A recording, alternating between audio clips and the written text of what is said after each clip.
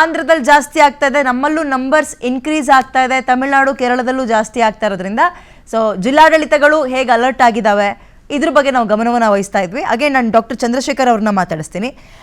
ಡಾಕ್ಟ್ರೇ, ಈಗ ಆಂಧ್ರ ಪಕ್ಕದಲ್ಲಿರೋದ್ರಿಂದ ನಾವು ಪ್ರತಿನಿತ್ಯ ಇಷ್ಟು ಕೇಸ್ ಜಾಸ್ತಿ ಆಗಿದೆ ಅಂದಾಗ ತುಮಕೂರು ಜನ ಸ್ವಲ್ಪ ಅಯ್ಯೋ ಮತ್ತೆ ಕರೋನಾ ಬಂತಂತೆ ಅಂತ ಅಂದ್ಕೊಳ್ಳೋದು ಜಾಸ್ತಿ ಕಾಮನ್ ಅದು. ಸೊ ನಿಮ್ಮ ತಯಾರಿಗಳು ಮತ್ತು ಅವರಿಗೆ ಮುನ್ನೆಚ್ಚರಿಕೆ ಕೊಡೋದು ಸ್ವಲ್ಪ ಏನಾದರೂ ಬದಲಾವಣೆ ಮಾಡ್ಕೊಂಡಿದ್ದೀರಾ ಸರ್? ಆಕ್ಟಿವ್ ಆಗಿದೆ ಜಿಲ್ಲಾಡಳಿತ? ತುಮಕೂರು ಜಿಲ್ಲಾಡಳಿತದಿಂದ ಎಲ್ಲ ನಮಗೆ ಸಪೋರ್ಟ್ ಇದೆ ಮ್ಯಾಮ್. ನಮ್ಮ ಆರೋಗ್ಯ ಇಲಾಖೆ ಇಲ್ಲಿ ಏನಾಗಿದೆ ಅಂದ್ರೆ ನಮ್ಮಲ್ಲಿ ಸಫಿಸ್ಟಿಕೇಟೆಡ್ 2000 ಬೆಡ್ ಮೇಲ್ ಇದೆ ನಮ್ ತುಮಕೂರು ಜಿಲ್ಲೆಯಲ್ಲಿ.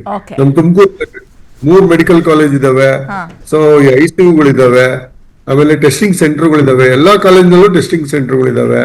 ನಮ್ಗೆ ಏನು ತೊಂದರೆ ಇಲ್ಲ ಮ್ಯಾಮ್. ಇಮಿಡಿಯೇಟ್ ಆಗಿ ಏನೋ ಒಂದು ಕೇಸ್ ಬಂತು ಅಂದ್ರೆ ವಿತಿನ್ ½ hour to 1 hour ಅಲ್ಲಿ ಎಲ್ಲ ನಮ್ಗೆ ಸಿಗುತ್ತೆ. ಅವ್ರನ್ನ ಅಕಾಮಿಡೇಟ್ ಮಾಡ್ಬೋದು, ಮತ್ತೆ ಟ್ರೀಟ್ ಮಾಡ್ಬೋದು.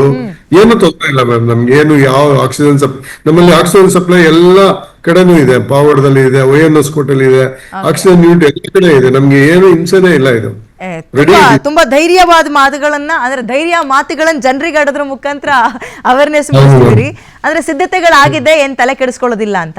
ಎಸ್ ಡಾಕ್ಟ್ರೇ, ಬರ್ತೀನಿ ನಾನು ನಿಮ್ಮ ಹತ್ರ. ಡಾಕ್ಟರ್ ಮಲ್ಲಿಕಾರ್ಜುನ್ ಅವರೇ, ಸೆಕೆಂಡ್ ವೇವ್ ನಲ್ಲಿ ತುಂಬಾ ಪ್ಯಾನಿಕ್ ಆಗಿದ್ದು ಅಂಡ್ ತುಂಬಾ ಡ್ಯಾಮೇಜ್ ಆಗಿದ್ದು ಗರ್ಭಿಣಿಯರಿಗೆ ಮತ್ತು ಪುಟಾಣಿ ಮಕ್ಕಳಿಗೆ ಮತ್ತು ವಯಸ್ಸಾಗಿರೋರಿಗೆ. ಅದರಲ್ಲೂ ಲಂಗ್ಸ್ ಅಂತ ಬಂದಾಗ ಉಸಿರಾಟದ ಸಮಸ್ಯೆ ಎಲ್ಲ ಆಗ್ತಾ ಇತ್ತು.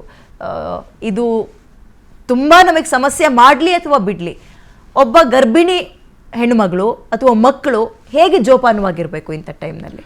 ಸೊ ಮನೆಯಲ್ಲಿ ಬೇರೆ ಯಾರಿಗಾದರೂ ನೆಗಡಿ ಆಗಲಿ, ಸ್ವಲ್ಪ ಥ್ರೋಟ್ ಪೇನ್ ಆಗಲಿ, ಕೋಲ್ಡ್, ಫೀವರ್, ಅವರಿಗೆ ಮೈಲ್ಡ್ ಇರ್ಬೋದು, ಅವ್ರು ಹೆಲ್ದಿಯಾಗಿರ್ತಾರೆ, ಅವರು ಐಸೋಲೇಟ್ ಆಗಬೇಕು, ಅವರಿಗೆ ಎಕ್ಸ್ಪೋಸ್ ಆಗಬಾರ್ದು ಇವರು ಫಸ್ಟು. ಇವರಿಗೆ ಸೆಕೆಂಡ್, ಇವ್ರಿಗೆ ಸಿಮ್ಟಮ್ಸ್ ಬಂದರೆ ಇವರು ಕೂಡ ಟೆಸ್ಟ್ ಮಾಡಿಕೊಂಡು ಐಸೋಲೇಟ್ ಆಗಿ ಅದರದ್ದು ಏನಿದೆ ಟ್ರೀಟ್ಮೆಂಟ್, ಅದರ ಪ್ರಕಾರ ಸಿಮ್ಟಮ್ಸ್ ಯಾವ ಥರ ಇದೆ ಅದರ ಪ್ರಕಾರ ಟ್ರೀಟ್ಮೆಂಟ್ ತೊಗೋಬೇಕು.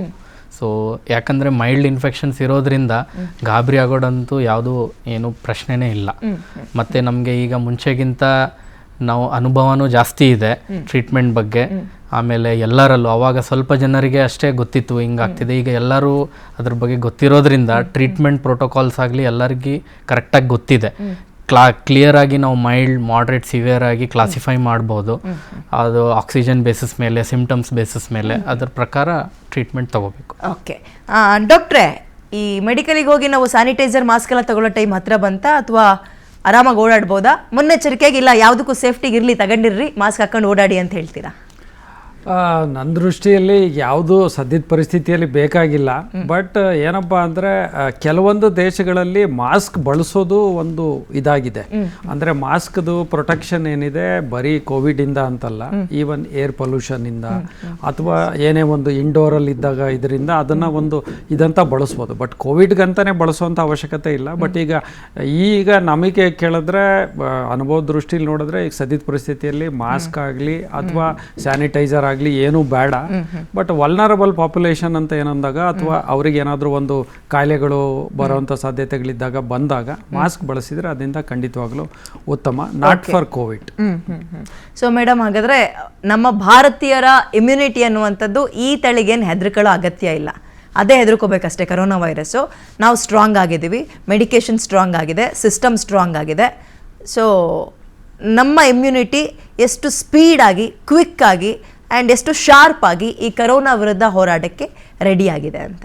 ಓಕೆ, ಕರೆಂಟ್ಲಿ ಆ್ಯಕ್ಚುಲಿ ನಾವು ಬೇರೆ ದೇಶಕ್ಕೆ ಕಂಪೇರ್ ಮಾಡಿದ್ರೆ ತುಂಬ ಅಲರ್ಜೀಸ್ ಜಾಸ್ತಿ. ಯಾಕೆ ಹೇಳಿ? ಅದು ಇಮ್ಯುನಿಟಿ ಸಿಸ್ಟಮ್ ತುಂಬ ಕಡಿಮೆ. ಒಂದು ಕಡಲೆ ಬೀಜ ತಿಂದು ಅಲರ್ಜಿ, ಒಂದು ಆಲ್ಮಂಡ್ ತಿಂದು ಅಲರ್ಜಿ, ರ್ಯಾಷಸ್ಸು ಸ್ಟಾರ್ಟ್ ಆಗುತ್ತೆ. ಅಲ್ಲಿ ಡಸ್ಟ್ ಇರಲ್ಲ, ಕೊಳೆ ಇಲ್ಲ, ಕೊಳಕಿರಲ್ಲ, ನೀಟ್ ಎನ್ವೈರ್ಮೆಂಟ್ ಬೇರೆ ದೇಶಗಳಲ್ಲಿ. ಬಟ್ ಇಲ್ಲಿ ಎಲ್ಲ ಥರದ ಡಸ್ಟು, ಎಲ್ಲ ಥರದ ಪೊಲ್ಯೂಷನು, ಎಲ್ಲ ಥರದ ಎಕ್ಸ್ಪೋಸ್ ಆಗಿ ಎಲ್ಲ ಥರದ್ದು ಆ್ಯಂಟಿಬಾಡೀಸು ಬಾಡಿನಲ್ಲಿ ಜನ್ರೇಟ್ ಆಗಿ ಎಲ್ಲ ಸಜ್ಜಾಗಿದ್ದೀವಿ ಅಂತ ಹೇಳಕ್ಕೆ ಇಷ್ಟಪಡ್ತೀನಿ. ಇದು ಒಂದು. ಇನ್ನೊಂದು ಫ್ಯಾಕ್ಟರು, ದಯವಿಟ್ಟು ವಿಟಮಿನ್ ಡಿ, ಸನ್ಲೈಟಾಗೆ ಜಾಸ್ತಿ ಎಕ್ಸ್ಪೋಜರ್ ಕೊಡಿ. ಇದರಿಂದ ನಿಮ್ಮ ಇಮ್ಯುನಿಟಿ ಶಕ್ತಿ ಜಾಸ್ತಿ ಆಗುತ್ತೆ. ಹಾಗೂ ಇಮ್ಯುನಿಟಿ ಇನ್ಕ್ರೀಸ್ ಆಗುವಂಥ ಒಳ್ಳೊಳ್ಳೆ ಆಹಾರ, ನಮ್ಮ ನ್ಯಾಚುರಲ್ ಆಯುರ್ವೇದಿಕ್ಕಲ್ಲೇ ತುಂಬ ಒಳ್ಳೊಳ್ಳೆ ಗಿಡಮೂಲಿಕೆಗಳಿದೆ.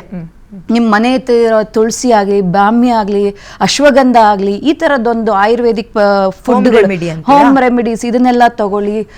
ಒಳ್ಳೆ ನಿದ್ದೆ ಮಾಡಿ, ಹಾಗೂ ಎಕ್ಸಸೈಸು, ವಾಕಿಂಗು ಎಕ್ಸಸೈಸ್ ಮಾಡೋದ್ರಿಂದ ಇಮ್ಯುನಿಟಿ ಜಾಸ್ತಿ ಆಗುತ್ತೆ. ಆಮೇಲೆ ಸ್ಟ್ರೆಸ್ ತಗೊಳ್ಳೋದು ಕಡಿಮೆ ಮಾಡಿ. ಯಾವಾಗ ಸ್ಟ್ರೆಸ್ಸನ್ನು ತಗೋತೀರಾ ನಿಮ್ಮ ಇಮ್ಯುನಿಟಿ ಪಾತಾಳಕ್ಕೆ ಇಳಿಯೋಕ್ಕೆ ಶುರುವಾಗುತ್ತೆ. ಇದೇ ನಮ್ಮ ಇಮ್ಯುನಿಟಿ ಅಂತ ಹೇಳೋಕ್ಕೆ ಇಷ್ಟಪಡ್ತೀನಿ. ಸ್ಟ್ರೆಸ್ ಕಡಿಮೆ ಮಾಡಿ, ವಿಟಮಿನ್ ಡಿ, ಸನ್ ರೇಸ್ಗೆ ಎಕ್ಸ್ಪೋಜರ್ ಜಾಸ್ತಿ ತಗೊಳ್ಳಿ, ಇಮ್ಯುನಿಟಿ ಇನ್ಕ್ರೀಸ್ ಆಗುವಂಥ ಆಹಾರ ಪದ್ಧತಿಗಳನ್ನ ಅಳವಡಿಸ್ಕೊಳ್ಳಿ. ಹಾಗೂ ಮುಂಚೆಲ್ಲ ಲಿಮ್ಸಿ ಅಂತ ಕೆಲವೊಂದು ಇಮ್ಯುನಿಟಿ ಚಾಕ್ಲೇಟ್ಸ್ ಥರನೂ ಇತ್ತು, ಅದನ್ನು ತಗೋಬೋದು ಬೇಕಾ ಆಸ್ ಎ ಸಪ್ಲಿಮೆಂಟ್ ಥರ. ಸೊ ಈ ಥರ ಬಹಳಷ್ಟಿದೆ. ಕರೆಂಟ್ಲಿ ನಮ್ಮ ಇಮ್ಯುನಿಟಿ ಕೂಡ ಚೆನ್ನಾಗಿದೆ. ಕರೋನಾ ಹೆಚ್ಚಾಗುತ್ತೆ ಅಂತ, ಕರೋನಾ ಅಂದ್ರೆ ಸ್ಟ್ರೆಸ್ ಅಲ್ವಾ ಡಾಕ್ಟ್ರೆ? ಏನ್ ಮಾಡೋದು? ಹೌದು, ಅದು ಕರೋನಾ ಅನ್ನೋದು ಸ್ಟ್ರೆಸ್ ಅಂತ ತಗೋಬೇಡಿ. ಅದೇ ಸ್ಟ್ರೆಸ್, ಅದರಿಂದನೇ ಕರೋನಾ ಬಂದ್ಬಿಡುತ್ತೆ ಅರ್ಧ, ನಿಮ್ಮ ಇಮ್ಯುನಿಟಿ ಇಳ್ದುಬಿಟ್ಟು. ಸೊ ಸ್ಟ್ರೆಸ್ ಏನು ತಗೋಬೇಡಿ. ಇದರಿಂದ ಕರೋನಾನ ಭಯನ ತಲೆಯಿಂದ ತೆಗ್ದಾಕಿ ಅಂತ ಹೇಳಕ್ ಇಷ್ಟಪಡ್ತೀನಿ.